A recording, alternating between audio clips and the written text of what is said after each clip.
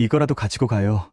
새벽 골목 맨발로 뛰어나온 아들이 어머니의 떨리는 손 위에 조심스럽게 금반지 하나를 올려놓았습니다.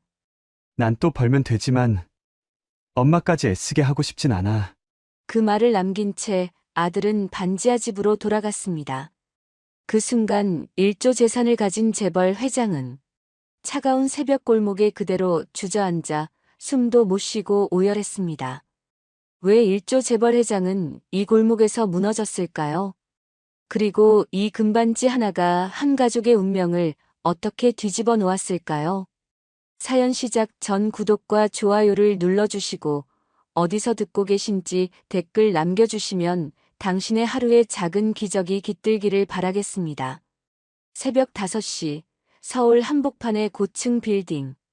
아직 어둠이 채 가시지 않은 시각인데도 한 대의 검은색 승용차가 지하 주차장으로 들어섭니다.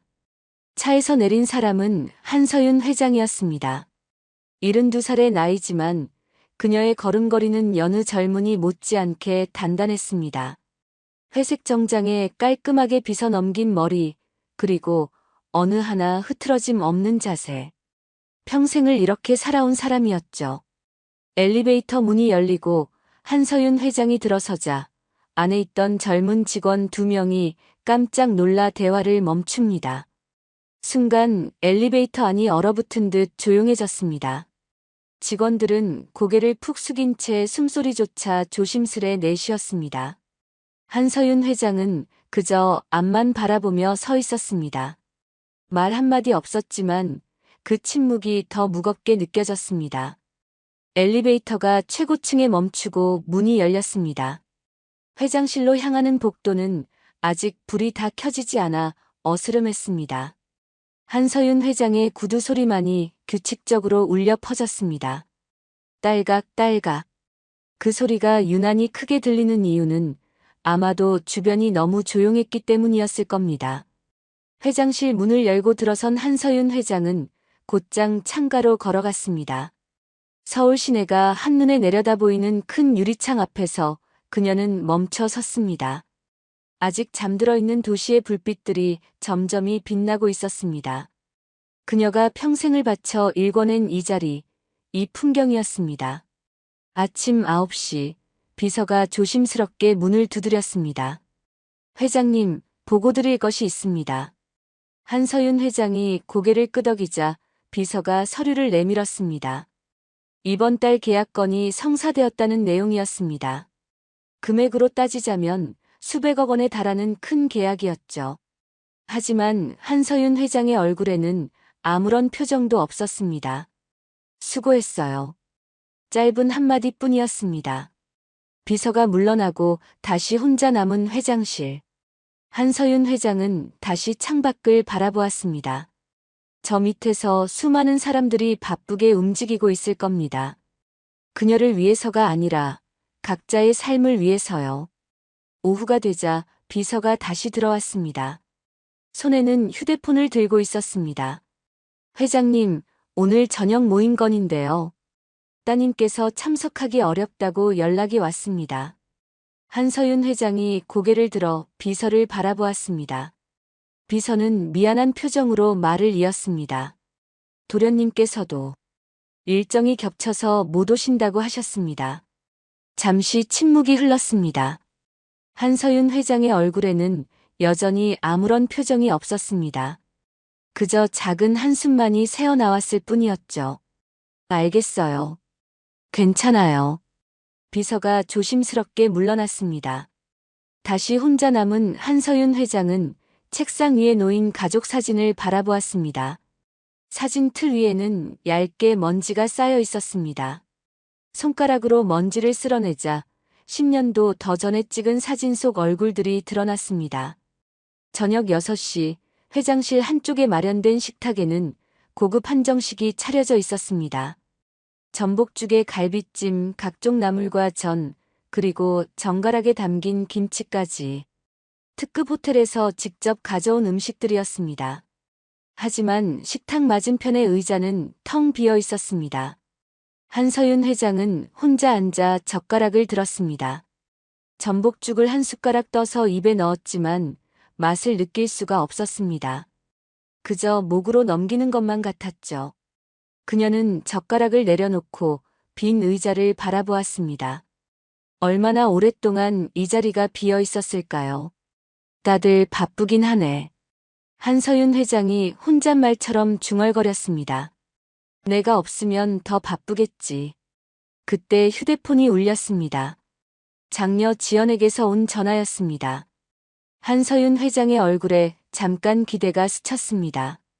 혹시 마음을 바꿔서 오겠다는 전화일까요? 여보세요, 지연아. 엄마, 나 좀 바쁜데 간단하게 얘기할게요.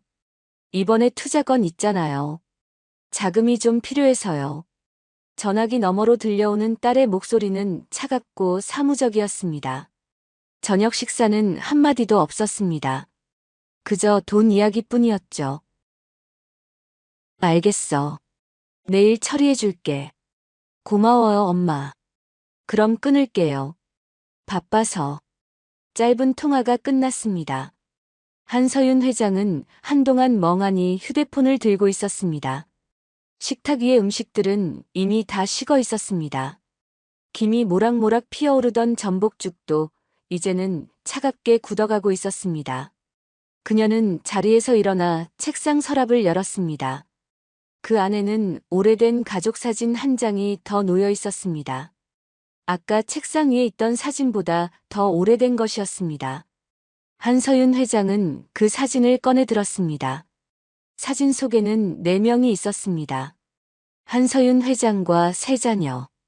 그런데 이상하게도 한서윤 회장의 시선은 막내 아들 재민의 얼굴에만 머물러 있었습니다. 다른 2자녀는 보지 않고 오직 막내 아들만 유독 오래 바라보았습니다.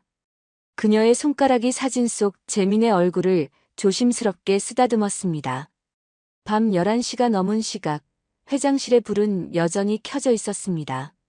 빌딩의 다른 층들은 이미 불이 다 꺼졌지만 최고층 회장실만은 환하게 빛나고 있었습니다. 한서윤 회장은 창가에 서서 손에 와인잔을 들고 있었습니다. 잔을 입술에 대었지만 마시지는 않았습니다. 그저 잔을 들고 야경을 바라볼 뿐이었습니다. 내가 이 자리를 내려오면 그녀의 목소리가 조용히 울려 퍼졌습니다. 나를 찾는 사람은 아무도 없겠지. 그 순간 한서윤 회장의 눈빛이 변했습니다. 무언가 결심한 사람의 눈빛이었습니다. 그녀는 와인잔을 내려놓고 책상 위에 인터폰 버튼을 눌렀습니다. 민구 씨, 지금 잠깐 올라올 수 있어요? 잠시 후 비서실장 정민구가 회장실 문을 열고 들어왔습니다. 50대 중반의 그는 한서윤 회장을 20년 넘게 보좌해온 사람이었습니다. 이 시간에 부른다는 것은 심상치 않은 일이라는 걸 그는 알고 있었습니다. 회장님, 무슨 일이십니까? 한서윤 회장이 천천히 입을 열었습니다. 민구 씨, 내일 아침 바로 준비해요. 무엇을 준비하라는 말씀이십니까? 한서윤 회장의 얼굴에 희미한 미소가 스쳤습니다. 그러나 그 미소는 슬픔을 담고 있었습니다. 아주 크게. 끝난 것처럼 만들어요. 정민구 비서실장의 얼굴에 당혹감이 스쳤습니다. 하지만 그는 이내 고개를 끄덕였습니다. 그는 알고 있었습니다. 한서윤 회장이 무언가 결심했을 때는 그 누구도 말릴 수 없다는 것을요. 회장실에 불이 꺼지고 빌딩은 완전한 어둠에 잠겼습니다. 새벽녘 도시는 여전히 잠들어 있었지만 한서윤 회장의 밤은 이제 막 시작되고 있었습니다. 그날 밤 회장실에는 2사람만 남아 있었습니다. 한서윤 회장과 비서실장 정민구. 2사람 긴 침묵이 흘렀습니다. 정민구 비서실장은 회장의 말뜻을 헤아리려 애쓰고 있었습니다. 끝난 것처럼 만들라니 도대체 무슨 의미일까요? 한서윤 회장이 천천히 입을 열었습니다. 민구 씨, 언론에도 흘려요. 부도설로요. 직접 보게 해야 해요. 내가 버려지는 걸요. 정민구 비서실장의 얼굴이 굳어졌습니다. 그는 20년 넘게 한서윤 회장을 모셔왔지만 이런 말은 처음 듣는 것이었습니다. 회장님, 그게 무슨 가짜 이사회 공문을 만들어요. 경영권 박탈, 회장직 해임, 임시 경영체제 전환. 그렇게 써요. 그리고 경제 기자들한테도 소문을 흘리세요. 서윤그룹 부도 위기설이라고요. 한서윤 회장의 목소리는 단호했습니다. 정민구 비서실장은 잠시 망설이다가 조심스럽게 물었습니다. 회장님, 이건 너무 위험합니다. 혹시라도 주가가 흔들리기라도 하면. 그래서 진짜처럼 보이는 거예요, 민구 씨. 외부 변호사를 섭외하세요. 실제 보안 요원도 필요해요. 단 진실을 아는 사람은 최소한으로 해요. 정민구 비서실장은 더 이상 반대하지 않았습니다. 그는 알고 있었습니다. 한서윤 회장이 이렇게까지 말할 때는 그만한 이유가 있다는 것을요. 그날 밤부터 준비가 시작되었습니다. 정민구 비서실장은 믿을 수 있는 외부 변호사에게 조용히 연락을 취했습니다. 이사회 공문도 만들어졌습니다. 회장직 해임을 통보하는 공식 서류였습니다. 물론 가짜였지만 누가 봐도 진짜처럼 보이게 만들었습니다. 새벽녘 익명의 제보가 경제부 기자들에게 전달되었습니다. 서윤그룹 유동성 위기, 한서윤 회장 경영권 상실 임박. 몇몇 인터넷 매체에서 속보가 떴습니다. 아직 확인되지 않은 소문이었지만 불씨는 이미 지펴진 것이었습니다. 다음 날 새벽 한서윤 회장은 평소보다 일찍 회장실에 도착했습니다. 거울 앞에 섰습니다. 화장을 한 지 몇십 년이 되었을까요? 아침마다 당연하게 하던 일이었습니다. 하지만 오늘은 달랐습니다. 한서윤 회장은 화장을 지우기 시작했습니다. 립스틱을, 파운데이션을 하나하나 지워냈습니다. 거울 속에는 민낯의 72살 여인이 서 있었습니다. 주름진 얼굴, 처진 눈꺼풀, 그리고 세월의 흔적이 고스란히 드러난 피부. 한서윤 회장은 자신의 얼굴을 한참 바라보았습니다. 이게 진짜 내 모습이구나 하고 생각했습니다. 옷장을 열었습니다. 늘 입던 정장 대신 구석에 걸려있던 낡은 가디건을 꺼냈습니다. 언제 샀는지도 기억나지 않는 옷이었습니다. 회장으로 살면서 한 번도 입어본 적 없는 옷이었죠. 구두도 벗고 평범한 단화로 갈아 신었습니다. 거울 앞에 다시 섰습니다. 그곳에는 회장이 아닌 그저 평범한 노인이 서 있었습니다. 오전 9시 회장실 문이 열렸습니다. 정민구 비서실장과 함께 낯선 사람들이 들어왔습니다. 양복을 입은 중년 남자는 변호사였고 검은 정장을 입은 2명은 보안 요원이었습니다. 그들은 모두 진지한 표정을 짓고 있었습니다. 변호사가 서류 봉투를 꺼내 한서윤 회장 앞에 놓았습니다. 한서윤 회장님, 오늘부로 회장직에서 물러나시게 됩니다. 이사회의 결정입니다. 목소리는 차갑고 공식적이었습니다. 마치 정말로 해임을 통보하는 것처럼 들렸습니다. 한서윤 회장은 아무 말 없이 서류를 내려다보았습니다. 서류에 찍힌 도장을 보는 순간 가슴이 미어지는 것 같았습니다. 가짜인 줄 알면서도요. 보안 요원 한 명이 앞으로 나왔습니다. 손을 내밀었습니다. 회장실 출입 카드를 회수하겠습니다. 한서윤 회장은 주머니에서 카드를 꺼냈습니다. 그 카드에는 한서윤 회장이라고 적혀 있었습니다. 50년 가까이 들고 다녔던 카드였습니다. 손에서 카드를 놓는 순간 이상한 기분이 들었습니다. 정말로 모든 게 끝나는 것 같았습니다. 비서들이 들어와 개인 물품을 정리하기 시작했습니다. 책상 위의 물건들을 하나씩 상자에 담았습니다. 한서윤 회장은 말없이 그 모습을 지켜보았습니다. 그러다가 조용히 말했습니다. 그 수첩하고 안경만 주세요. 비서가 낡은 수첩과 안경을 가방에 넣어 건넸습니다. 한서윤 회장이 가져갈 것은 그것뿐이었습니다. 수십 년간 쌓아온 것들 중에서 정작 필요한 건 손바닥만 한 수첩 하나와 안경 하나뿐이었습니다. 회장실 문이 닫혔습니다. 한서윤 회장은 문 밖으로 나왔습니다. 그 순간 그녀는 처음으로 아무도 아닌 사람이 되었습니다. 회장도 아니고 누군가의 어머니도 아닌 그저 한 명의 늙은 여자일 뿐이었습니다. 복도를 걸어 나왔습니다. 로비로 향하는 길이었습니다. 직원들이 한서윤 회장을 보고 수군거렸습니다. 벌써 소문이 퍼진 모양이었습니다. 누군가는 휴대폰으로 뉴스 기사를 보고 있었습니다.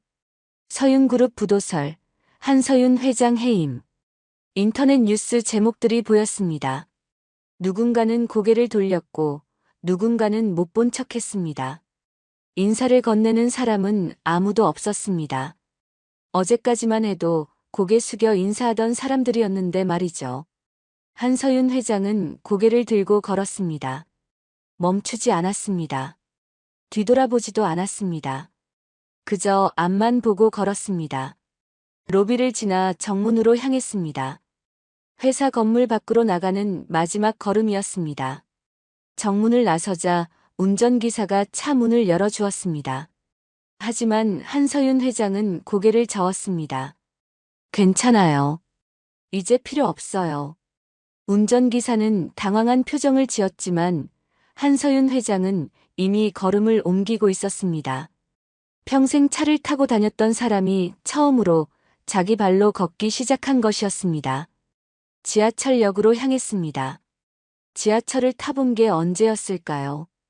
기억도 나지 않았습니다. 한서윤 회장은 교통카드를 사기 위해 편의점에 들어갔습니다. 카드에 돈을 충전하는 방법도 물어봐야 했습니다. 점원이 친절하게 알려주었습니다. 여기 대시면 돼요. 5,000원 충전하실래요? 네, 그렇게 해주세요. 교통카드를 받아든 한서윤 회장의 손이 살짝 떨렸습니다. 이 작은 카드 하나가 이렇게 낯설 수가 있을까요? 회장실 출입카드는 50년을 들고 다녔지만 이 교통카드는 처음이었습니다. 지하철 개찰구를 지나 계단을 내려갔습니다. 출근 시간이라 사람들이 많았습니다. 한서윤 회장은 사람들 틈에 섞여 서 있었습니다. 아무도 그녀를 알아보지 못했습니다. 아무도 신경 쓰지 않았습니다. 그녀는 그저 수많은 사람들 중 한 명일 뿐이었습니다. 지하철이 들어왔습니다. 사람들이 우르르 올라탔습니다. 한서윤 회장도 그 속에 섞여 탔습니다. 자리는 없었습니다. 손잡이를 잡고 서 있었습니다. 지하철이 덜컹거리며 출발했습니다. 창밖으로 어둠이 스쳐 지나갔습니다. 한서윤 회장은 그 어둠을 바라보며 생각했습니다. 이제 시작이구나. 진짜 내 모습을 보여줄 시간이구나. 자식들이 나를 어떻게 대하는지 이제 두 눈으로 똑똑히 볼 거야. 지하철은 어둠 속을 달려갔습니다. 그리고 한서윤 회장의 여정도 지금 막 시작되고 있었습니다. 지하철을 2번 갈아타고 버스를 한 번 더 탔습니다. 한서윤 회장은 창밖을 내다보며 풍경이 변해가는 걸 지켜보았습니다. 고층 빌딩들이 점점 사라지고 아파트 단지들이 나타났습니다. 깨끗하고 잘 정돈된 거리였습니다. 장녀 지연이 사는 동네였습니다. 버스 안에서 한서윤 회장은 옆자리에 앉은 모녀를 보게 되었습니다. 30대쯤 되어 보이는 딸과 60대쯤 되어 보이는 어머니였습니다. 딸이 어머니 손을 잡으며 웃고 있었습니다.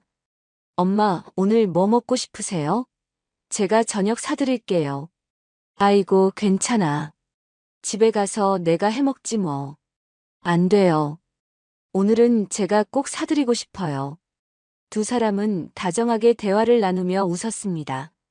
한서윤 회장은 그 모습을 물끄러미 바라보았습니다. 가슴 한쪽이 시려왔습니다. 언제부터였을까요? 딸 지연이가 자기 손을 잡아준 게 말이죠. 버스가 목적지에 도착했습니다. 한서윤 회장은 천천히 일어나 내렸습니다. 장녀가 사는 고급 주상복합 아파트가 눈앞에 우뚝 서 있었습니다. 30층이 넘는 높은 건물이었습니다. 한서윤 회장이 사준 아파트였습니다. 결혼할 때 선물로 준 것이었죠. 아파트 로비로 들어섰습니다. 대리석 바닥이 반짝반짝 빛났습니다.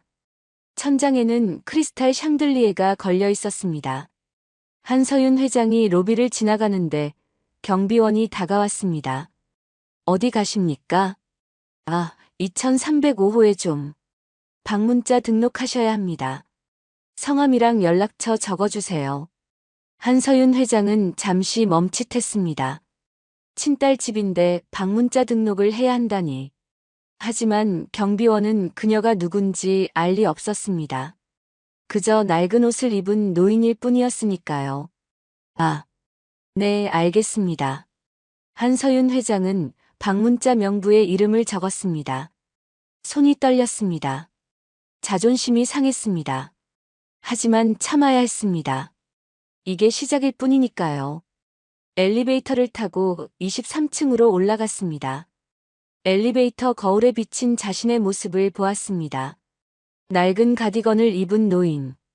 딸에게 찾아가는 어머니의 모습이었습니다. 2305호 앞에 도착했습니다. 현관문은 고급스러운 원목으로 되어 있었습니다. 한서윤 회장은 초인종을 누르려고 손을 들었습니다.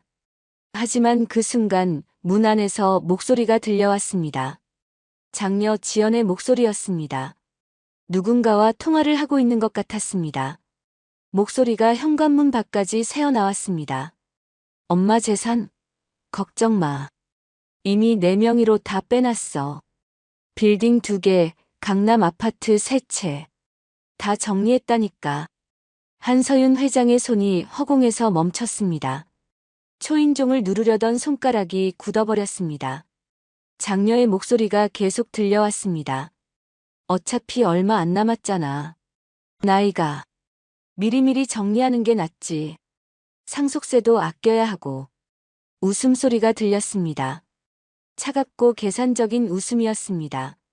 막내 아들. 그 사람은 이미 남이잖아. 12년 전에 엄마가 직접 자른 거야. 신경 쓸 필요도 없어. 한서윤 회장의 얼굴이 하얗게 질렸습니다. 다리에 힘이 풀렸습니다. 현관문 앞에서 그대로 굳어버렸습니다. 몇 분이 흘렀을까요? 한서윤 회장은 그 자리에 서서 움직이지 못했습니다. 통화가 끝난 모양이었습니다.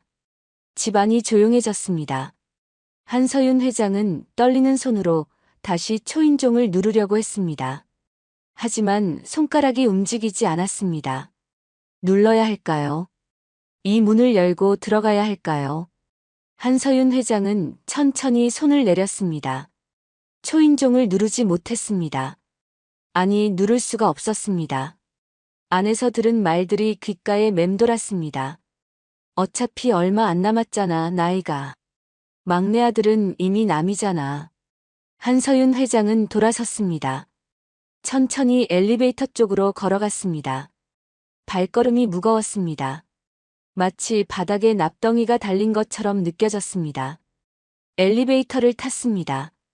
거울에 비친 자신의 얼굴을 보았습니다. 초라한 노인의 얼굴이었습니다. 주름투성이 얼굴에 눈가는 붉어져 있었습니다.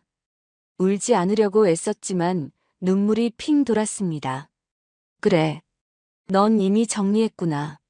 한서윤 회장이 작게 중얼거렸습니다. 거울 속 자신에게 하는 말인지 딸에게 하는 말인지 알 수 없었습니다. 엘리베이터가 1층에 도착했습니다. 문이 열렸지만 한서윤 회장은 바로 나가지 못했습니다. 다리가 떨렸습니다. 가슴이 너무 아팠습니다. 누군가 엘리베이터를 기다리고 있었습니다. 한서윤 회장은 황급히 밖으로 나왔습니다. 로비를 지나 건물 밖으로 나왔습니다. 사람들의 시선이 부담스러웠습니다. 한서윤 회장은 아파트 뒤편으로 걸어갔습니다. 사람들이 잘 다니지 않는 조용한 골목이었습니다. 골목 끝에 낡은 벤치가 하나 있었습니다. 한서윤 회장은 그 벤치에 주저앉았습니다. 주변에는 아무도 없었습니다. 이제는 참을 수가 없었습니다. 손이 가방 속으로 들어갔습니다. 그 안에 무언가 만져졌습니다. 딸 지연이 어렸을 때 생일 선물로 받았던 목걸이였습니다. 한서윤 회장이 직접 골라서 선물한 것이었습니다.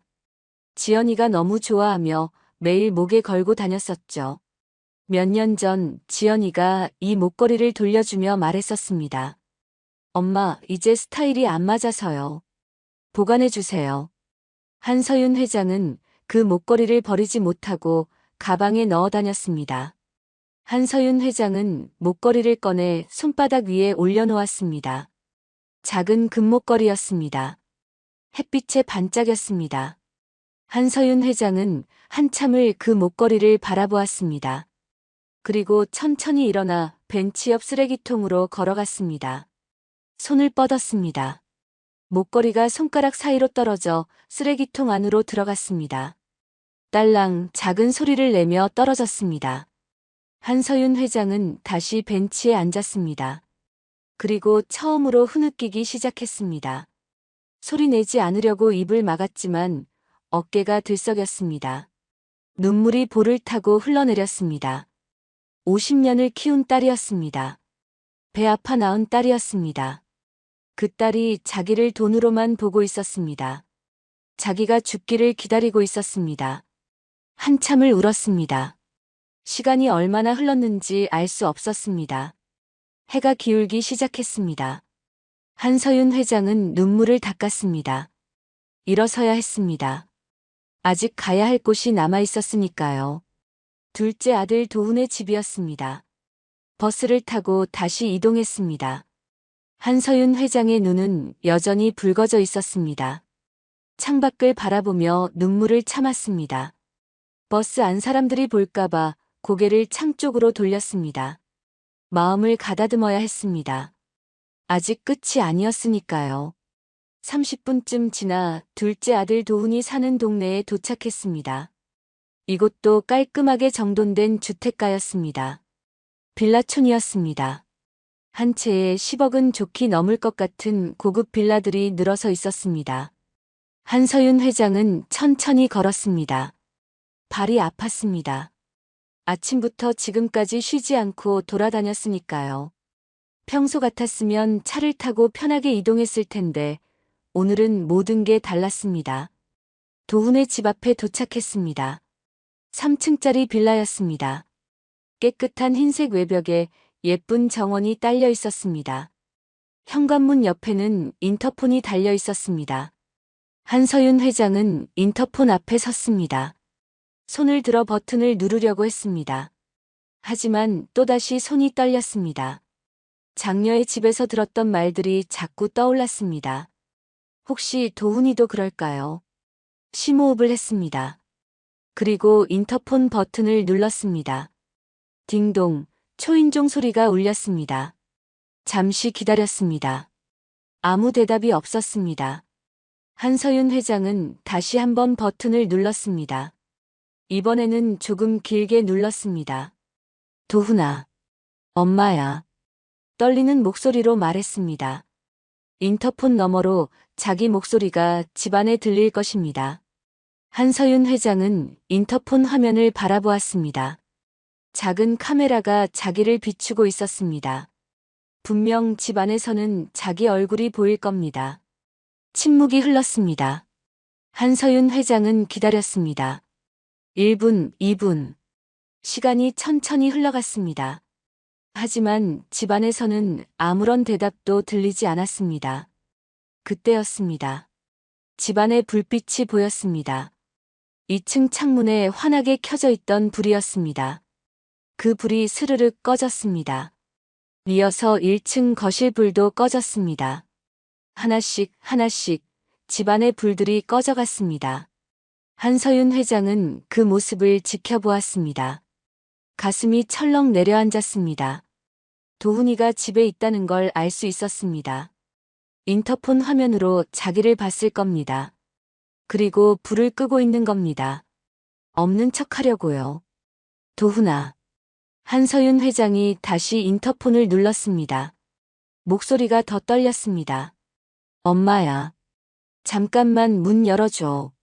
할 얘기가 있어. 하지만 여전히 대답이 없었습니다. 집은 완전히 어둠에 잠겼습니다. 마치 아무도 없는 집처럼 보였습니다. 한서윤 회장은 인터폰 앞에서 꼼짝없이 서 있었습니다. 손을 내려다 보았습니다. 떨리는 손이 보였습니다. 입을 여러 번 열었다 닫았습니다.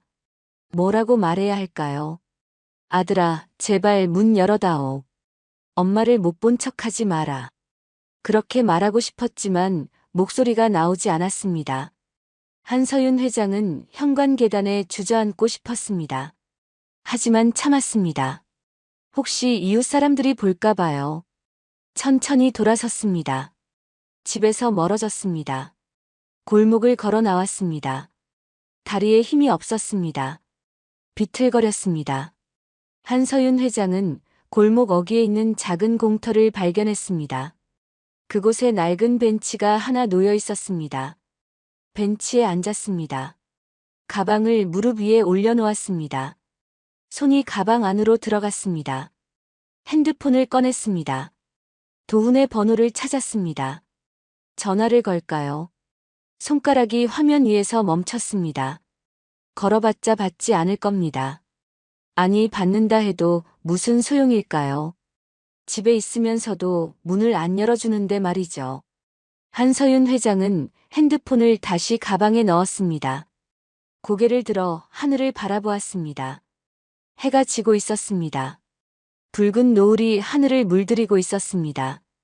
아름다운 풍경이었지만 한서윤 회장의 마음은 어두웠습니다. 그때 노부부 한 쌍이 지나갔습니다. 할아버지가 할머니의 손을 꼭 잡고 있었습니다. 두 사람은 천천히 걸으며 이야기를 나누고 있었습니다. 오늘 저녁은 뭐 먹을까? 글쎄, 당신이 좋아하는 된장찌개 끓여줄까? 그래, 좋지. 우리 같이 만들어 먹자고.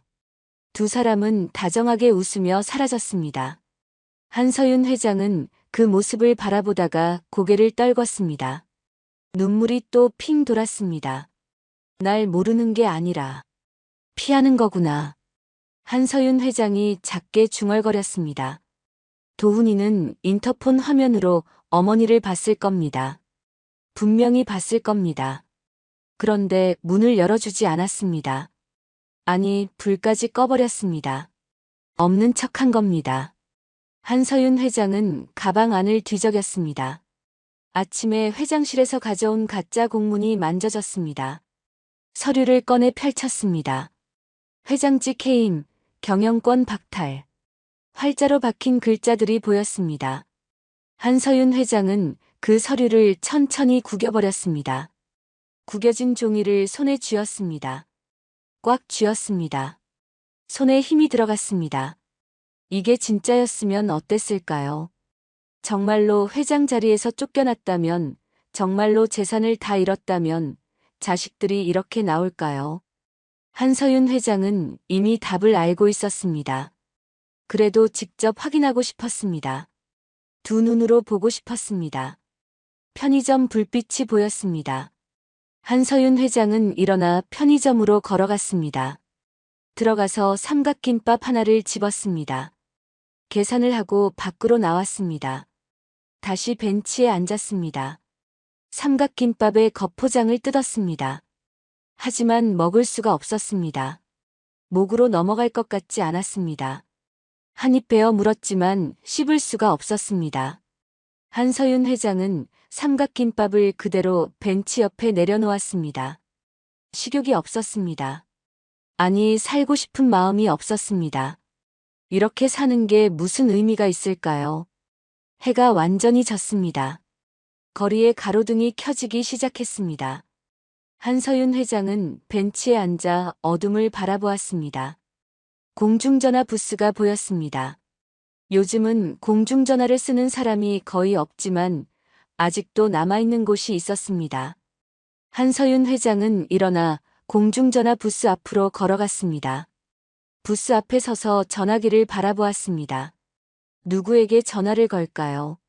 정민구 비서실장에게 전화해서 이제 그만 돌아가겠다고 할까요? 아니면 도훈에게 다시 한번 전화를 걸어볼까요? 한서윤 회장은 한참을 서 있었습니다. 그러다가 그냥 지나쳤습니다. 전화를 걸지 않았습니다. 걸어봤자 소용없다는 걸 알았으니까요. 밤거리를 걸었습니다. 어디로 가야 할까요? 호텔에 가야 할까요? 아니면 집으로 돌아가야 할까요? 한서윤 회장은 방향을 잡지 못하고 그저 걸었습니다. 그렇게 한참을 걸었습니다. 그러다 문득 한 사람이 떠올랐습니다. 12년 전 집을 나간 막내 아들, 윤재민. 그 이름이 마음속에 떠올랐습니다. 한서윤 회장은 걸음을 멈췄습니다. 재민이를 만나야 할까요? 12년 동안 한 번도 찾아가지 않았는데 이제 와서 찾아가도 될까요? 하지만 다른 선택지가 없었습니다. 장녀도 둘째 아들도 모두 등을 돌렸습니다. 이제 남은 건 막내 아들 뿐이었습니다. 밤이 깊어졌습니다. 한서윤 회장은 작은 여관을 찾아 방을 잡았습니다. 하룻밤에 3만 원짜리 방이었습니다. 평생 특급 호텔만 이용했던 그녀였지만 오늘은 달랐습니다. 낡은 여관방, 삐걱거리는 침대, 곰팡이 냄새가 나는 이불. 모든 게 낯설었습니다. 침대에 누웠습니다. 천장을 바라보았습니다. 페인트가 군데군데 벗겨진 천장이었습니다. 형광등 불빛이 깜빡거렸습니다. 한서윤 회장은 눈을 감았습니다. 하지만 잠이 오지 않았습니다. 머릿속에 온통 오늘 하루가 떠올랐습니다. 장녀의 차가운 목소리, 둘째 아들의 외면. 그 모든 것들이 가슴을 짓눌렀습니다. 한서윤 회장은 일어나 앉았습니다. 가방에서 핸드폰을 꺼냈습니다. 화면을 켰습니다. 연락처를 열었습니다. 위에서부터 천천히 내려갔습니다. 그러다가 한 이름 앞에서 손가락이 멈췄습니다. 윤재민. 12년 동안 한 번도 전화하지 않았던 이름이었습니다. 그런데 신기하게도 이 이름은 삭제하지 못했습니다. 몇 번이나 지우려고 했지만 그때마다 손이 멈췄었죠. 그래서 지금까지 연락처에 남아 있었습니다. 한서윤 회장은 그 이름을 한참 바라보았습니다. 눈앞에 12년 전 그날이 떠올랐습니다. 재민이가 28살 되던 해였습니다. 아들이 여자를 데리고 왔었습니다. 가난한 집안의 딸이었습니다. 재민이는 그 여자와 결혼하고 싶다고 말했습니다. 한서윤 회장은 반대했습니다. 재벌가의 아들이 그런 집안의 딸과 결혼할 수는 없다고 했습니다. 하지만 재민이는 고집을 꺾지 않았습니다. 그날 회장실에서 모자가 마주 앉았었습니다. 한서윤 회장이 말했습니다. 그 여자 만나려면 다 포기해. 회사도 재산도 가족도. 재민이가 대답했습니다. 알겠습니다. 포기하겠습니다. 한서윤 회장은 차갑게 말했습니다. 다신 내 자식이라 부르지 않겠다. 나가거라. 재민이는 일어났습니다. 회장실 문을 열고 나갔습니다. 뒷모습이 보였습니다. 그 뒷모습을 보며 한서윤 회장은 생각했습니다. 금방 돌아올 거라고. 며칠 지나면 다시 찾아와서 용서를 빌 거라고.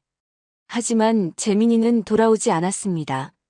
1년이 지나도 2년이 지나도 10년이 지나도 돌아오지 않았습니다. 한서윤 회장도 먼저 연락하지 않았습니다. 자존심이 허락하지 않았으니까요. 12년이 흘렀습니다. 그동안 한 번도 연락하지 않았습니다. 재민이가 어떻게 사는지, 행복한지, 건강한지 아무것도 알지 못했습니다. 한서윤 회장은 핸드폰을 내려놓았습니다. 다시 침대에 누웠습니다. 눈을 감았습니다. 하지만 재민이의 얼굴이 자꾸 떠올랐습니다. 어린 시절의 재민이, 웃고 있는 재민이, 그리고 회장실을 나가던 재민이의 뒷모습. 한서윤 회장은 지금까지 한 번도 먼저 연락하지 않았다는 사실을 새삼 깨달았습니다. 왜일까요? 왜 먼저 연락하지 못했을까요? 자존심 때문이었을까요? 아니면 두려워서였을까요? 아들이 자기를 거부할까 봐요. 새벽녘이 되어서야 한서윤 회장은 결심했습니다. 재민이를 만나야겠다고. 12년 만에 처음으로 찾아가야겠다고. 핸드폰을 들었습니다. 정민구 비서실장에게 문자를 보냈습니다. 민구 씨, 재민이 주소 좀 알려줘요. 아무도 따라오지 말고 주소만요. 잠시 후 답장이 왔습니다. 주소가 적혀 있었습니다. 서울 외곽의 한 동네였습니다. 한서윤 회장은 주소를 손으로 적어두었습니다. 아침 일찍 여관을 나섰습니다. 지하철을 타고 갈아타고 또 갈아탔습니다. 1시간 넘게 걸렸습니다. 지하철에서 내려 이번에는 마을버스를 탔습니다. 버스 안에서 한서윤 회장은 창밖을 바라보았습니다. 풍경이 점점 낡아져 갔습니다. 고층 빌딩이 사라지고 낡은 건물들이 나타났습니다. 페인트가 벗겨진 가게들, 금이 간 도로, 오래된 주택들. 마을버스가 종점에 도착했습니다. 한서윤 회장은 버스에서 내렸습니다. 주변을 둘러보았습니다. 이런 동리가 서울에도 있었구나 하는 생각이 들었습니다. 손에 쥔 메모지를 펼쳤습니다. 주소를 확인했습니다. 골목 안쪽으로 들어가야 했습니다. 한서윤 회장은 천천히 걸었습니다. 골목은 좁았습니다. 양쪽에 낡은 집들이 빽빽하게 들어서 있었습니다. 빨래가 줄에 걸려 있었습니다. 어디선가 김치찌개 끓는 냄새가 났습니다. 골목 한쪽에는 쓰레기 봉투들이 쌓여 있었습니다. 한서윤 회장은 골목을 따라 걸었습니다. 주소를 찾아가며 하나하나 문패를 확인했습니다. 낡은 문패들이었습니다. 글씨가 흐릿해서 잘 보이지 않는 것도 있었습니다. 그러다가 한 집 앞에서 멈췄습니다. 반지하였습니다. 계단을 내려가야 하는 집이었습니다. 문패에는 윤재민이라고 적혀 있었습니다. 손으로 직접 쓴 글씨였습니다. 한서윤 회장은 계단 앞에 섰습니다. 계단은 시멘트로 만들어져 있었는데 군데군데 금이 가 있었습니다. 이끼도 끼어 있었습니다. 난간은 녹이 슬어 있었습니다. 발이 떨어지지 않았습니다. 12년 만에 찾아가는 길이었습니다. 12년 동안 한 번도 연락하지 않았던 아들. 과연 반가워할까요? 아니면 문전박대를 당할까요? 한서윤 회장은 옷매무새를 정리했습니다. 낡은 가디건이었지만 그래도 단정하게 여몄습니다. 손을 내려다보았습니다. 떨리는 손이었습니다. 주먹을 꽉 쥐었다 폈다 하며 떨림을 멈추려고 애썼습니다. 심호흡을 했습니다. 1번, 2번, 3번. 마음을 가다듬었습니다. 그리고 천천히 계단을 내려가기 시작했습니다. 1계단, 2계단. 내려갈수록 해가 보이지 않았습니다. 반지하는 햇빛이 잘 들지 않는 곳이었습니다. 습한 냄새가 났습니다. 벽에는 곰팡이가 피어 있었습니다. 계단 끝에 도착했습니다. 낡은 철문이 보였습니다. 빨간 페인트가 벗겨진 문이었습니다. 손때가 묻어 있었습니다. 문 옆에는 작은 창문이 있었는데 창문에는 철창이 쳐져 있었습니다. 창문 안쪽으로 낡은 커튼이 보였습니다. 한서윤 회장은 문 앞에 섰습니다. 손을 들어 문을 두드리려고 했습니다. 하지만 손이 공중에서 멈췄습니다. 이 문을 두드리면 12년이 끝나는 걸까요? 아니면 새로운 거절이 시작되는 걸까요? 한서윤 회장은 알 수 없었습니다. 하지만 더 이상 물러설 곳이 없었습니다. 장녀도 둘째 아들도 모두 등을 돌렸습니다. 이제 남은 건 이 문 뒤에 있는 막내 아들 뿐이었습니다. 한서윤 회장은 깊게 숨을 들이쉬었습니다. 눈을 감았습니다. 그리고 손을 들어 문을 두드렸습니다. 톡톡톡. 작은 소리였지만 그 소리가 유난히 크게 들렸습니다. 골목에 울려 퍼지는 것 같았습니다. 잠시 침묵이 흘렀습니다. 한서윤 회장은 가슴이 두근거렸습니다. 귀를 기울였습니다. 집안에서 인기척이 들렸습니다. 발소리가 들렸습니다. 문 쪽으로 다가오는 소리였습니다. 한서윤 회장은 숨을 멈췄습니다. 문이 열릴까요? 아니면 그냥 지나갈까요? 문고리가 돌아가는 소리가 들렸습니다. 삐걱, 녹슨 소리를 내며 문이 천천히 열렸습니다. 그리고 문틈 사이로 한 남자의 얼굴이 보였습니다. 12년 만에 마주하는 막내 아들 윤재민이었습니다. 재민은 문틈 사이로 어머니를 바라보았습니다. 한참을 말없이 서 있었습니다. 입술이 미세하게 떨렸습니다. 눈빛이 흔들렸습니다. 하지만 아무 말도 하지 않았습니다. 한서윤 회장도 말을 할 수 없었습니다. 목이 메었습니다. 재민아라고 부르고 싶었지만 그 두 글자가 나오지 않았습니다. 12년의 세월이 그 두 글자를 가로막고 있었습니다. 재민은 수척했습니다. 12년 전보다 훨씬 말라 있었습니다. 광대뼈가 튀어나와 보였습니다. 눈가에는 깊은 주름이 패여 있었습니다. 마흔이 조금 넘은 나이지만 50대처럼 보였습니다. 그때 집 안쪽에서 작은 목소리가 들렸습니다. 아빠, 누구야? 5살쯤 되어 보이는 여자아이였습니다. 재민의 뒤에서 고개를 내밀고 한서윤 회장을 바라보았습니다. 큰 눈망울이었습니다. 호기심과 경계가 섞인 눈빛이었습니다. 작은 손으로 아버지 옷자락을 꽉 쥐고 있었습니다. 한서윤 회장은 가슴이 철렁했습니다. 손녀였습니다.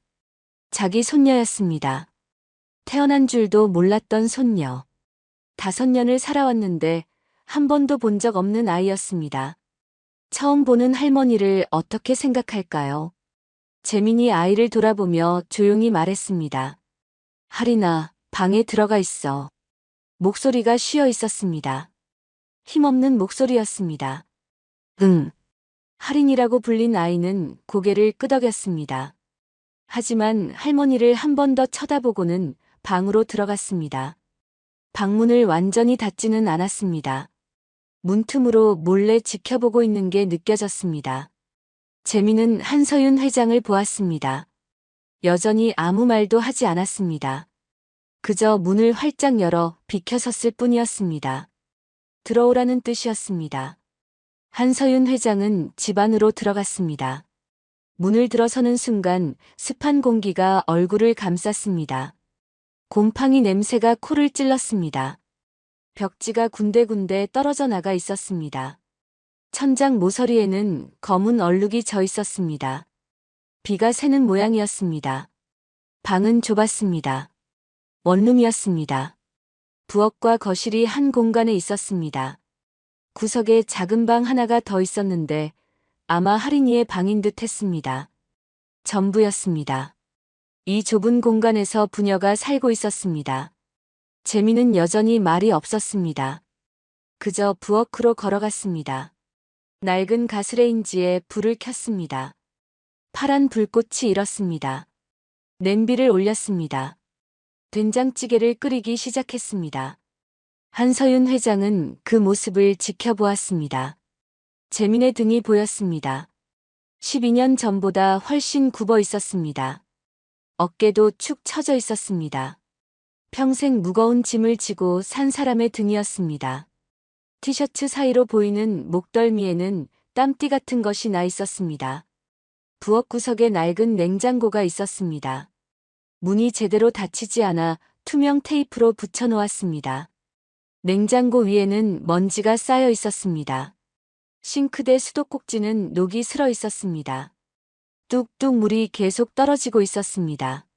물받이 통이 놓여 있었습니다. 한서윤 회장은 작은 식탁에 앉았습니다. 플라스틱 의자였습니다.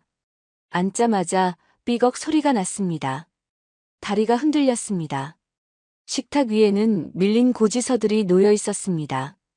전기요금, 가스요금, 관리비, 수도요금. 모두 빨간색 글씨로 최종 독촉이라고 찍혀 있었습니다. 날짜를 보니 이달 안에 내지 않으면 끊긴다는 내용이었습니다. 된장찌개 끓는 냄새가 났습니다. 구수한 냄새였습니다. 재민이 밥을 푸기 시작했습니다. 낡은 스테인리스 그릇이었습니다. 곳곳이 찌그러져 있었습니다. 재민은 자기 그릇에 밥을 먼저 푸고 그 밥을 숟가락으로 덜어서 다른 그릇에 담았습니다. 그리고 그 그릇을 한서윤 회장 앞에 조용히 놓았습니다. 한서윤 회장의 시선이 흔들렸습니다.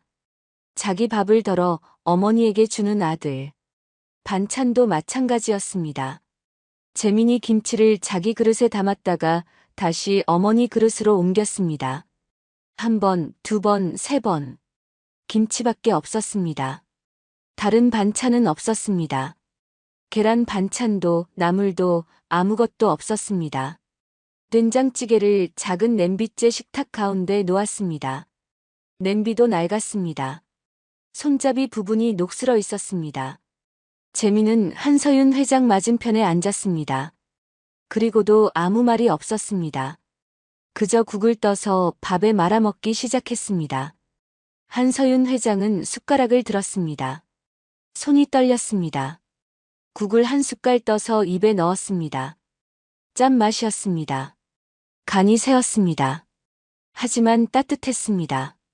목으로 넘기는데 눈물이 날 것 같았습니다. 재민의 손을 보았습니다. 거친 손이었습니다. 손가락마다 상처가 있었습니다. 밴드가 여러 개 붙어 있었습니다. 일용직 노동을 하는 사람의 손이었습니다. 손톱은 짧게 깎여 있었지만 손톱 밑에는 때가 끼어 있었습니다. 아무리 씻어도 빠지지 않는 때였습니다. 건설 현장에서 일하는 사람들의 손이었습니다. 식사가 끝났습니다. 재민은 말없이 일어나 그릇을 치웠습니다. 설거지를 했습니다. 수도꼭지를 틀자 물이 나왔습니다. 찬물이었습니다. 온수가 안 나오는 모양이었습니다. 찬물에 손을 씻으며 설거지를 했습니다. 한서윤 회장은 그 모습을 지켜보았습니다. 할인이의 방문이 살짝 열렸습니다. 아이가 고개를 내밀고 할머니를 훔쳐보고 있었습니다. 한서윤 회장과 눈이 마주치자 아이는 화들짝 놀라 문을 닫았습니다. 하지만 곧 다시 문이 열렸습니다. 아이는 궁금한 모양이었습니다. 저녁이 되었습니다. 해가 지기 시작했습니다. 하지만 반지하라서 집안은 이미 어두웠습니다. 재민이 형광등을 켰습니다. 낡은 형광등이라서 깜빡거렸습니다. 한참 후에야 제대로 켜졌습니다. 재민이 이불을 꺼냈습니다. 벽장에서 꺼낸 이불이었습니다. 오래되어 색이 바랜 이불이었습니다. 솜이 뭉쳐 있었습니다. 재민은 그 이불을 한서윤 회장에게 건넸습니다. 여기서 주무세요. 재민이 처음으로 입을 열었습니다. 목소리는 쉬어 있었습니다. 감정이 없는 목소리였습니다. 하지만 그 목소리 속에 뭔가가 숨어 있었습니다. 한서윤 회장은 그게 무엇인지 알 수 없었습니다. 한서윤 회장은 고개를 끄덕였습니다. 말을 하고 싶었지만 역시 나오지 않았습니다. 재민은 할인이의 방으로 들어갔습니다. 딸과 함께 자는 모양이었습니다. 문이 닫혔습니다. 한서윤 회장은 혼자 거실에 남았습니다. 이불을 거실 바닥에 깔았습니다. 바닥이 차가웠습니다. 장판 아래로 냉기가 올라왔습니다. 눕기 전에 작은 창문으로 밖을 내다보았습니다. 반지하라서 창문은 천장 가까이에 있었습니다. 창문으로 보이는 건 지나가는 사람들의 신발뿐이었습니다. 운동화, 구두, 하이힐. 신발들이 지나갔습니다. 목소리도 들렸습니다. 하지만 얼굴은 보이지 않았습니다. 세상과 단절된 공간이었습니다. 한서윤 회장은 이불 속으로 들어갔습니다. 이불은 차가웠습니다. 습기가 차 있었습니다. 눈을 감았지만 잠이 오지 않았습니다. 오늘 하루가 꿈만 같았습니다. 밤이 깊어졌습니다. 그때 작은 소리가 들렸습니다. 재민의 방에서 들려오는 소리였습니다. 흐느끼는 소리였습니다. 작게, 아주 작게 울고 있었습니다. 할인이가 들을까봐 이불 속에서 소리를 죽이며 우는 것 같았습니다. 한서윤 회장의 가슴이 찢어지는 것 같았습니다. 아들이 울고 있었습니다. 12년 만에 만난 어머니 때문에 울고 있었습니다. 한서윤 회장도 눈물을 흘렸습니다. 소리 없이 울었습니다. 이불을 꽉 움켜쥐었습니다. 12년 만에 만난 아들. 가난 속에서 딸 하나 키우며 홀로 버티고 있는 아들. 그 아들에게 자기는 무엇이었을까요? 긴 밤이 지나갔습니다. 새벽녘이었습니다. 한서윤 회장은 잠에서 깼습니다. 제대로 잠을 잔 것 같지 않았습니다. 몸이 뻐근했습니다. 바닥이 너무 딱딱해서 허리가 아팠습니다. 하지만 그보다 마음이 더 아팠습니다. 창문 밖이 희미하게 밝아오고 있었습니다. 새벽 5시쯤 되는 것 같았습니다. 한서윤 회장은 조용히 일어났습니다. 이불을 개어 벽에 기대어 놓았습니다. 그리고 가방을 들었습니다. 떠나야 했습니다. 더 이상 여기 있으면 안 될 것 같았습니다. 재민에게 짐이 될 뿐이었으니까요. 할인이에게 낯선 할머니로 남는 것도 미안했습니다. 한서윤 회장은 문 쪽으로 조용히 걸어갔습니다. 신발을 신으려고 몸을 숙였습니다. 그때 할인이의 방문이 살짝 열려 있는 게 보였습니다. 안을 들여다보았습니다. 작은 이불 위에 할인이가 누워 자고 있었습니다. 그 옆에 재민이 누워 있었습니다. 딸을 안고 자고 있었습니다. 할인이의 머리를 품에 안은 채였습니다. 재민의 얼굴은 편안해 보였습니다. 잠든 얼굴만큼은 평화로웠습니다. 한서윤 회장은 한참을 그 모습을 바라보았습니다. 저 아이를 한번 안아보고 싶었습니다. 이불을 덮어주고 싶었습니다. 하지만 참았습니다. 자격이 없었으니까요. 한서윤 회장은 돌아섰습니다. 문을 열었습니다. 철문이 삐걱 소리를 냈습니다. 최대한 조용히 열었지만 낡은 경첩이 소리를 냈습니다. 한서윤 회장은 잠깐 멈춰 섰습니다. 혹시 깼을까 싶어서요. 하지만 안에서는 아무 소리도 들리지 않았습니다. 밖으로 나왔습니다. 계단을 올라가기 시작했습니다. 1계단, 2계단. 천천히 올라갔습니다. 뒤돌아보고 싶었지만 참았습니다. 돌아보면 발걸음이 떨어지지 않을 것 같았으니까요. 그때였습니다. 뒤에서 발소리가 들렸습니다. 다급한 발소리였습니다. 한서윤 회장은 걸음을 멈췄습니다. 천천히 돌아보았습니다. 재민이었습니다. 맨발로 뛰쳐나온 재민이 계단 아래에 서 있었습니다. 숨을 몰아쉬고 있었습니다. 급하게 나온 모양이었습니다. 머리는 헝클어져 있었고 옷도 제대로 입지 못했습니다. 두 사람은 계단 위아래에서 마주 보았습니다. 한참 동안 아무도 말하지 못했습니다. 새벽 공기가 차가웠습니다. 재민의 맨발이 찬 시멘트 바닥에 닿아 있었습니다. 재민이 먼저 입을 열었습니다. 난 또 벌면 되지만 엄마까지 애쓰게 하고 싶진 않아요. 목소리가 떨리고 있었습니다. 눈시울이 붉어져 있었습니다. 재민은 왼손을 들었습니다. 그 손의 약지에 반지가 끼워져 있었습니다. 금반지였습니다. 재민은 그 반지를 천천히 빼기 시작했습니다. 오랫동안 끼고 있었던 반지라서 쉽게 빠지지 않았습니다. 손가락을 비틀며 조금씩 빼냈습니다. 한서윤 회장은 그 모습을 지켜보았습니다. 왼손 약지. 결혼반지를 끼는 손가락이었습니다. 그 반지는 결혼반지였습니다. 12년 동안 한 번도 빼지 않았을 반지였습니다. 반지가 빠졌습니다. 재민의 손가락에는 하얀 자국이 선명하게 남아 있었습니다. 12년 동안 반지가 끼워져 있어서 생긴 자국이었습니다. 그 자국을 보니 재민이 정말로 이 반지를 단 한 번도 빼지 않았다는 걸 알 수 있었습니다. 재민이 계단을 올라왔습니다. 한서윤 회장 앞에 섰습니다. 그리고 어머니의 손을 잡았습니다. 차가운 손이었습니다. 거친 손이었습니다. 하지만 따뜻했습니다. 재민은 어머니의 손바닥 위에 금반지를 올려놓았습니다. 아직 재민의 체온이 남아있는 반지였습니다. 그리고 어머니의 손가락을 접어 반지를 쥐게 했습니다. 이거라도 가지고 가세요. 재민의 목소리는 더욱 떨렸습니다. 고개를 숙였습니다. 어머니의 얼굴을 제대로 보지 못했습니다. 한서윤 회장은 손에 쥔 반지를 느꼈습니다. 따뜻했습니다.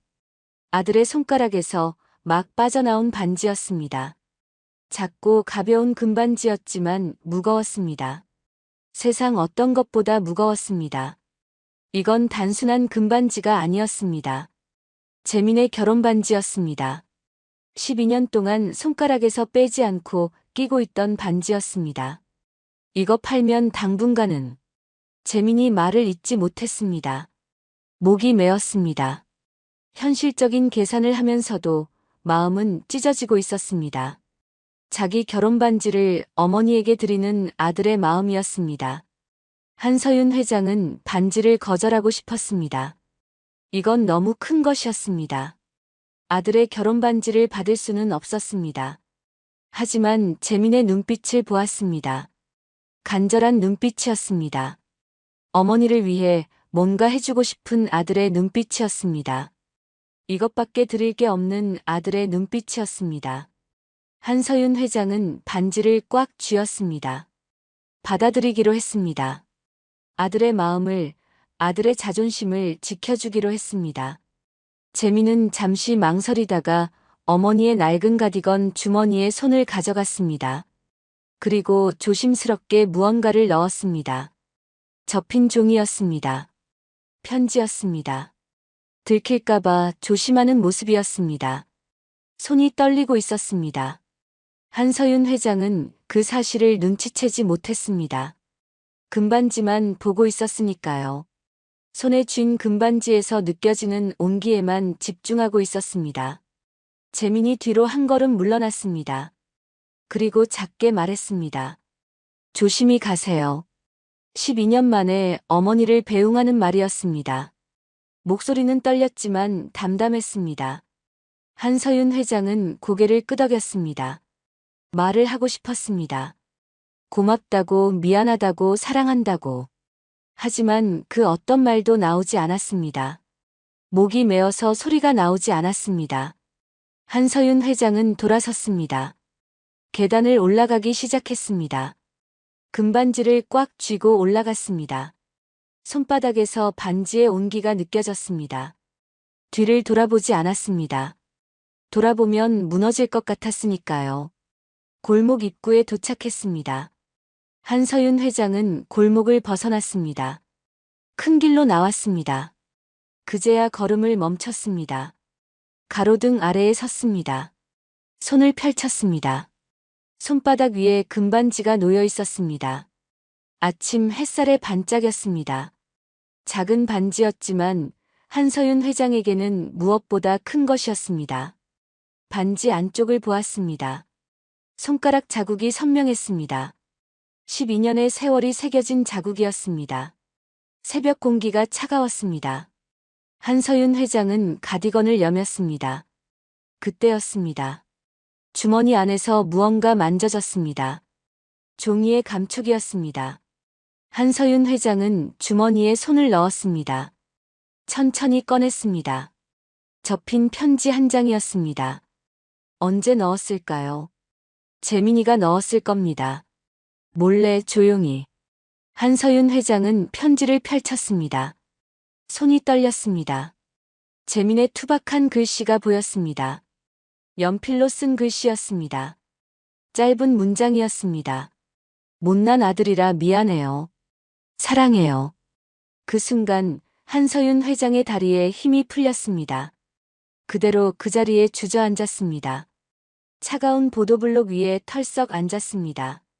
금반지를 한 손에 쥐고 편지를 다른 손에 쥐고 한서윤 회장은 울기 시작했습니다. 소리내어 울었습니다. 참지 못했습니다. 72년을 살면서 이렇게 운 적이 없었습니다. 새벽 골목에 울음소리가 울려 퍼졌습니다. 일조재벌의 울음이었습니다. 하지만 그 순간 한서윤 회장은 재벌이 아니었습니다. 그저 한 사람의 어머니였습니다. 그녀는 인생에서 처음으로 돈이 아닌 사람에게서 오는 진짜 부를 마주했습니다. 한참을 울었습니다. 얼마나 시간이 지났을까요?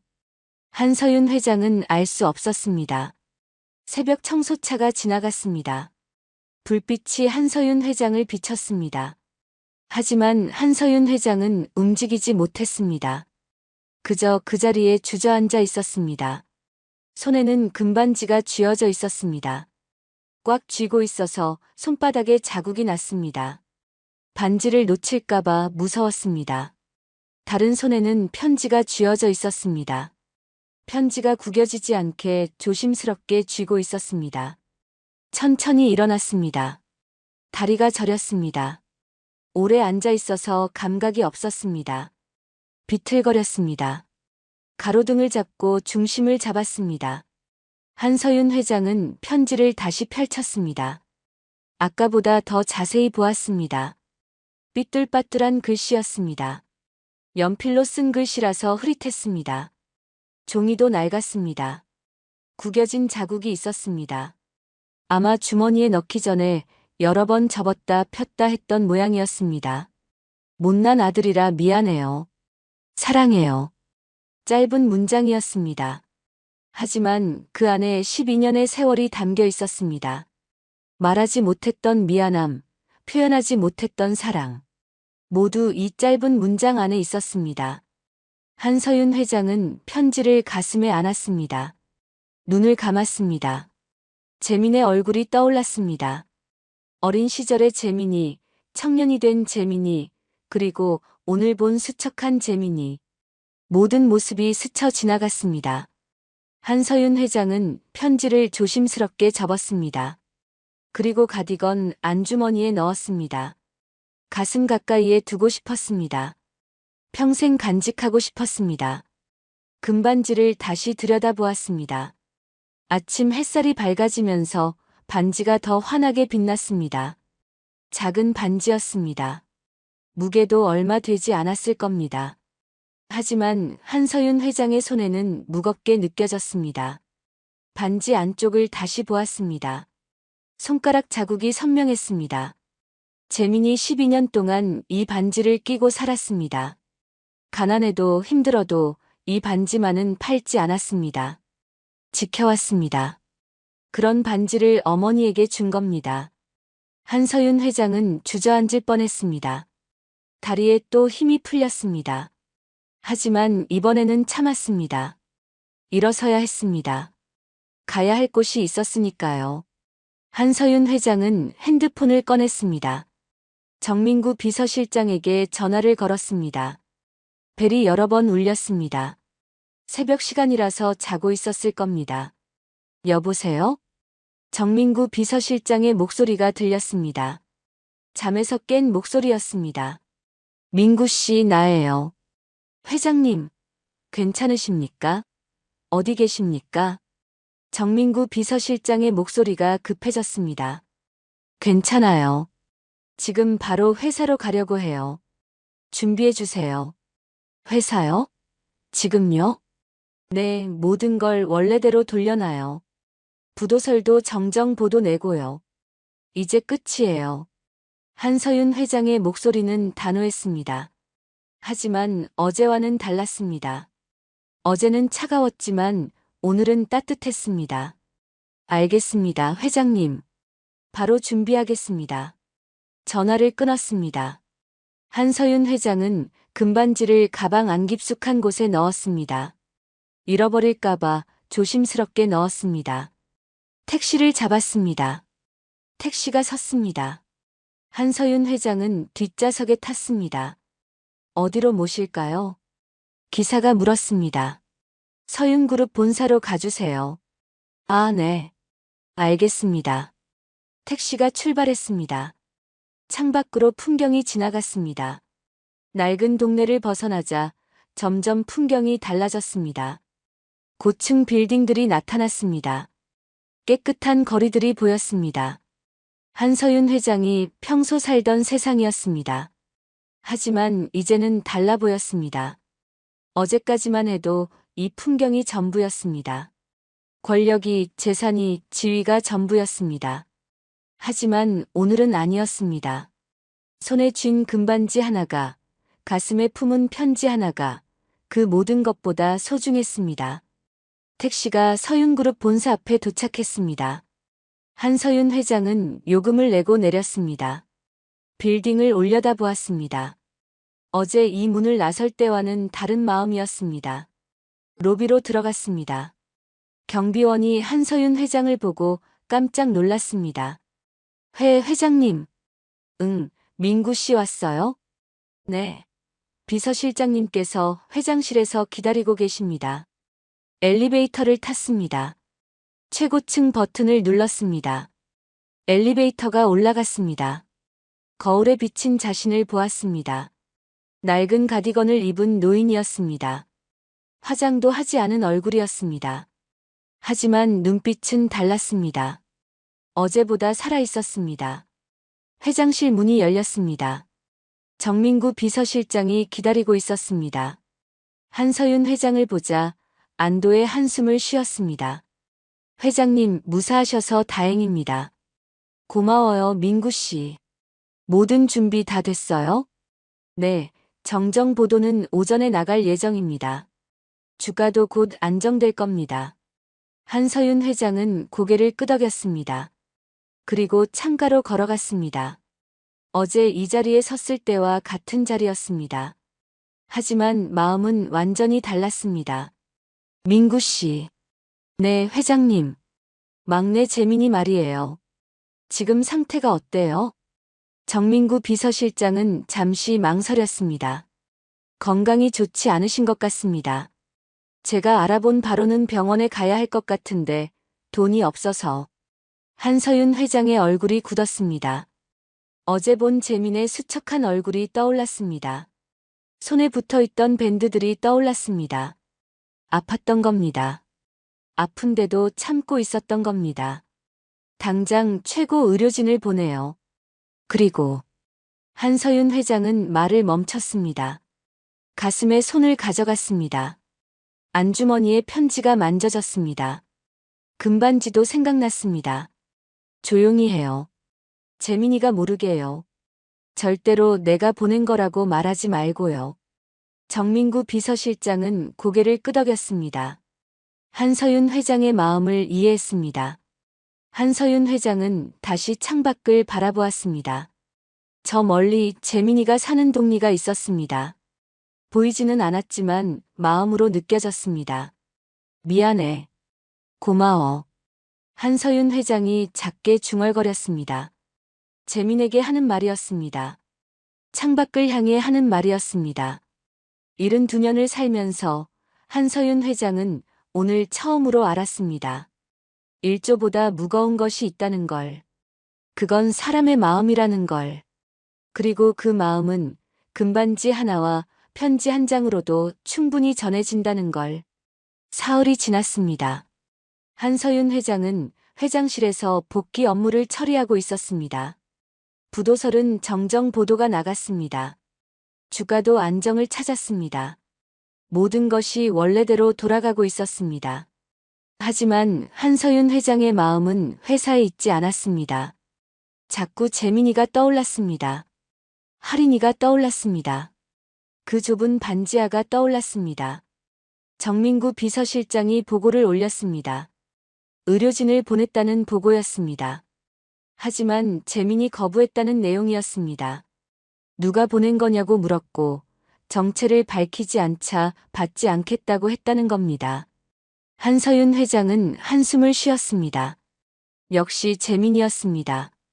자존심이 강한 아들이었습니다. 그날 오후였습니다. 정민구 비서실장이 급하게 회장실로 들어왔습니다. 얼굴이 창백했습니다. 회장님, 큰일입니다. 무슨 일이에요? 재민 씨가 쓰러지셨습니다. 지금 응급실에 계십니다. 한서윤 회장은 자리에서 벌떡 일어났습니다. 책상 위의 서류가 바닥으로 떨어졌습니다. 하지만 신경 쓸 겨를이 없었습니다. 어느 병원이에요? 성모병원 응급실입니다. 제가 차를 준비하겠습니다. 한서윤 회장은 가방을 들고 뛰쳐나갔습니다. 엘리베이터를 기다릴 수도 없어서 비상계단으로 내려갔습니다. 72살의 나이에 계단을 뛰어내려갔습니다. 차를 타고 병원으로 향했습니다. 차 안에서 한서윤 회장은 가슴을 쓸어내렸습니다. 숨이 가빠졌습니다. 심장이 마구 뛰었습니다. 빨리 가요. 운전기사가 속도를 높였습니다. 신호등이 바뀌기를 기다리는 시간조차 답답했습니다. 병원에 도착했습니다. 한서윤 회장은 뛰어서 응급실로 들어갔습니다. 응급실 복도에는 작은 아이가 혼자 의자에 앉아 있었습니다. 할인이었습니다. 5살짜리 아이가 혼자 의자에 앉아 울고 있었습니다. 작은 손으로 눈물을 닦고 있었습니다. 옷은 구겨져 있었습니다. 신발 한 짝은 제대로 신지 못해 벗겨져 있었습니다. 한서윤 회장은 할인이 앞에 무릎을 꿇었습니다. 아이와 눈높이를 맞췄습니다. 할인아. 할인이가 고개를 들었습니다. 눈물 범벅인 얼굴이었습니다. 한서윤 회장을 알아보았습니다. 며칠 전 집에 왔던 할머니였습니다. 할머니. 할인이가 작게 말했습니다. 그리고 한서윤 회장의 품으로 안겼습니다. 작은 몸이 떨리고 있었습니다. 아빠가 말을 잇지 못하고 울기만 했습니다. 한서윤 회장은 할인이를 꼭 안았습니다. 처음으로 손녀를 안았습니다. 작고 따뜻했습니다. 간호사가 다가왔습니다. 보호자시죠? 의사 선생님께서 찾으십니다. 한서윤 회장은 할인이의 손을 잡고 일어났습니다. 의사가 있는 곳으로 갔습니다. 중년의 의사가 심각한 표정으로 서 있었습니다. 환자분과 무슨 관계시죠? 어머니입니다. 의사가 고개를 끄덕였습니다. 그리고 조심스럽게 입을 열었습니다. 환자분이 말기 간부전입니다. 오래 방치하셨어요. 최소 1년 전부터 증상이 있었을 텐데 병원에 안 오셨나 봅니다. 한서윤 회장은 다리에 힘이 풀렸습니다. 벽을 짚었습니다. 치료 방법은 없나요? 간 이식밖에는 방법이 없습니다. 그것도 빨리 해야 합니다. 그럼 검사해 주세요. 저부터요. 의사가 한서윤 회장을 보았습니다. 어머님 연세가 상관없어요. 검사해 주세요. 다른 가족들도 부를 테니까요. 한서윤 회장은 핸드폰을 꺼냈습니다. 장녀 지연에게 전화를 걸었습니다. 한참 후에 전화가 연결되었습니다. 왜요? 차가운 목소리였습니다. 막내가 아파. 병원에 와야 해. 간 이식이 필요해. 그래서요? 한서윤 회장은 숨을 깊이 들이쉬었습니다. 검사 좀 받아줘. 가족이잖아. 전화 너머로 웃음소리가 들렸습니다. 비웃는 소리였습니다. 엄마, 그 사람 가족 아니에요. 12년 전에 엄마가 자른 거잖아요. 지연아. 그리고 간 기증? 제 몸에 칼 대라고요? 됐어요. 전 안 해요. 조건이 있으면 말해봐. 한서윤 회장의 목소리가 떨렸습니다. 하지만 참았습니다. 조건이요? 그럼. 강남 빌딩 1개 제 명의로 주세요. 그럼 검사는 받아볼게요. 한서윤 회장은 눈을 감았습니다. 장녀가 이렇게까지 변했을까요? 알았어. 빌딩 넘겨줄게. 한서윤 회장은 주저앉았습니다. 복도 벤치에 털썩 앉았습니다. 장녀와 둘째 아들은 검사 결과를 듣고 그냥 돌아갔습니다. 인사도 없었습니다. 재민의 병실에 들르지도 않았습니다. 한서윤 회장은 병실 문 앞에 섰습니다. 문을 열 수가 없었습니다. 안에는 재민이 누워 있었습니다. 산소 마스크를 쓰고 있었습니다. 창백한 얼굴이었습니다. 한서윤 회장은 문고리를 잡았습니다. 하지만 돌릴 수가 없었습니다. 다리에 힘이 없었습니다. 그대로 문 앞 바닥에 주저앉았습니다. 그때 작은 손이 한서윤 회장의 손을 잡았습니다. 할인이었습니다. 아이가 할머니 손을 꼭 잡았습니다. 할머니 울어? 할인이가 물었습니다. 순수한 눈빛이었습니다. 한서윤 회장은 할인이를 보았습니다. 그리고 고개를 끄덕였습니다. 그래. 할머니야. 할머니가 울고 있어. 처음으로 인정했습니다. 자기가 할머니라는 걸. 할인이의 할머니라는 걸. 할인이가 작은 손으로 한서윤 회장의 눈물을 닦아주었습니다. 울지 마. 아빠 괜찮을 거야. 작고 따뜻한 머리였습니다. 재민의 상태는 점점 나빠지고 있었습니다. 의사는 시간이 얼마 남지 않았다고 했습니다. 빨리 기증자를 찾아야 한다고 했습니다.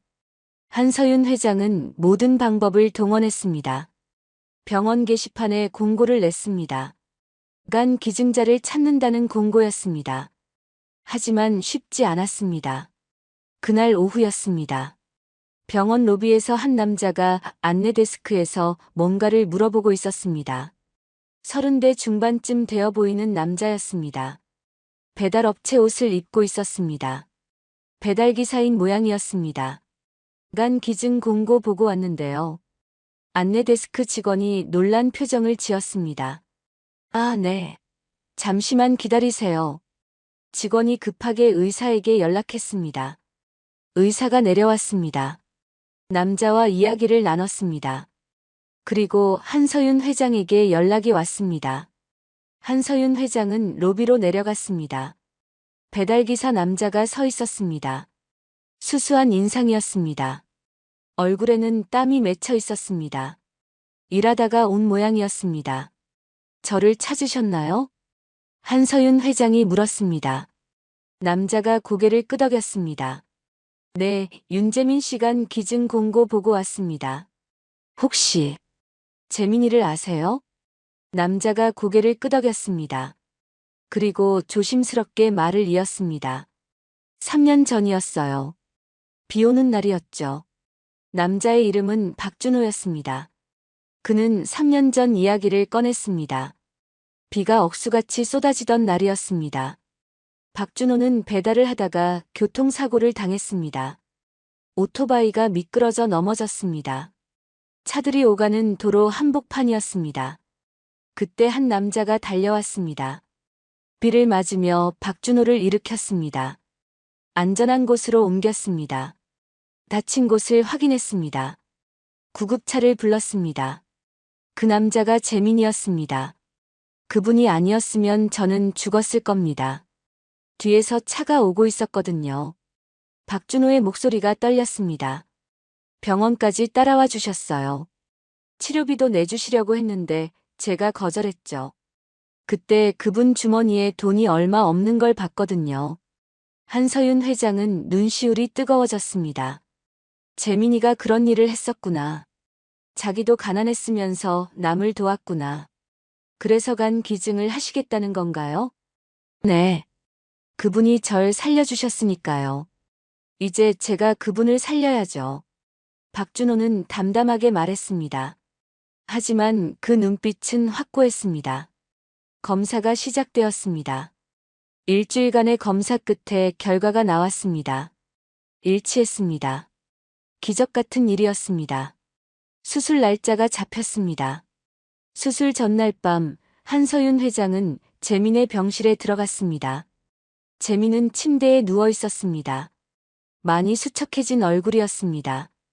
재민이 어머니를 보았습니다. 한참을 바라보았습니다. 그리고 작게 말했습니다. 엄마, 사랑해요. 처음으로 하는 말이었습니다. 12년 만에 처음으로 어머니에게 사랑한다고 말하는 것이었습니다. 한서윤 회장은 재민의 손을 잡았습니다. 눈물이 흘렀습니다. 나도 사랑해, 재민아. 두 사람은 손을 꼭 잡고 있었습니다. 말이 필요 없었습니다. 그저 손을 잡고 있는 것만으로도 충분했습니다. 수술이 시작되었습니다. 한서윤 회장은 수술실 밖에서 기다렸습니다. 할인이가 옆에 앉아 있었습니다. 두 사람은 손을 꼭 잡고 있었습니다. 할머니, 아빠 괜찮을 거지? 그럼 괜찮을 거야. 한서윤 회장은 할인이를 안았습니다. 그리고 기도했습니다. 평생 기도해 본 적 없었지만 오늘만큼은 간절히 기도했습니다. 6시간이 지났습니다. 수술실 문이 열렸습니다. 의사가 나왔습니다. 마스크를 벗었습니다. 얼굴에 미소가 있었습니다. 수술 잘 됐습니다. 한서윤 회장은 그 자리에 주저앉았습니다. 안도의 눈물이 쏟아졌습니다. 할인이가 할머니를 꼭 안았습니다. 할머니, 아빠 괜찮대. 그래. 괜찮대. 한서윤 회장은 할인이를 안고 울었습니다. 기쁨의 눈물이었습니다. 회복실에서 재민과 박준호가 나란히 누워 있었습니다. 두 사람은 눈을 마주쳤습니다. 재민이 고개를 끄덕였습니다. 박준호도 고개를 끄덕였습니다. 말은 없었지만 서로의 마음을 알 수 있었습니다. 한 달 후 재민은 퇴원했습니다. 한서윤 회장의 집으로 갔습니다. 넓은 거실, 깨끗한 방, 따뜻한 난방. 재민과 할인이에게는 낯선 공간이었습니다. 엄마, 이렇게까지 안 하셔도 됐어. 당분간 여기서 지내. 회복할 때까지. 한서윤 회장의 목소리는 단호했습니다. 재민은 더 이상 거절하지 못했습니다. 할인이는 신나서 집안을 돌아다녔습니다. 넓은 방을 보고 감탄했습니다. 한서윤 회장은 그 모습을 보며 미소 지었습니다. 거실 한가운데 진열장이 있었습니다. 한서윤 회장은 그 진열장에 무언가를 놓았습니다. 금반지였습니다. 재민이 준 금반지였습니다. 진열장 안에는 그 금반지만 덩그러니 놓여 있었습니다. 다른 건 아무것도 없었습니다. 값비싼 보석도 트로피도 상패도 없었습니다. 오직 작은 금반지 하나만 있었습니다. 그 옆에 작은 액자도 놓였습니다. 재민이 쓴 편지였습니다. 못난 아들이라 미안해요. 사랑해요. 그 짧은 문장이 액자 안에 담겨 있었습니다.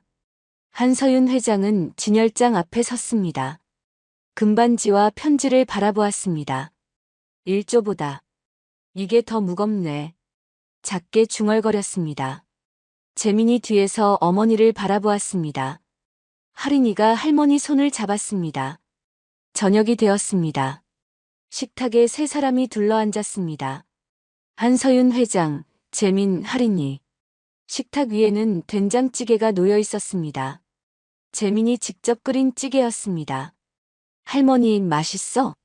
할인이가 물었습니다. 응, 맛있어. 세상에서 제일 맛있어.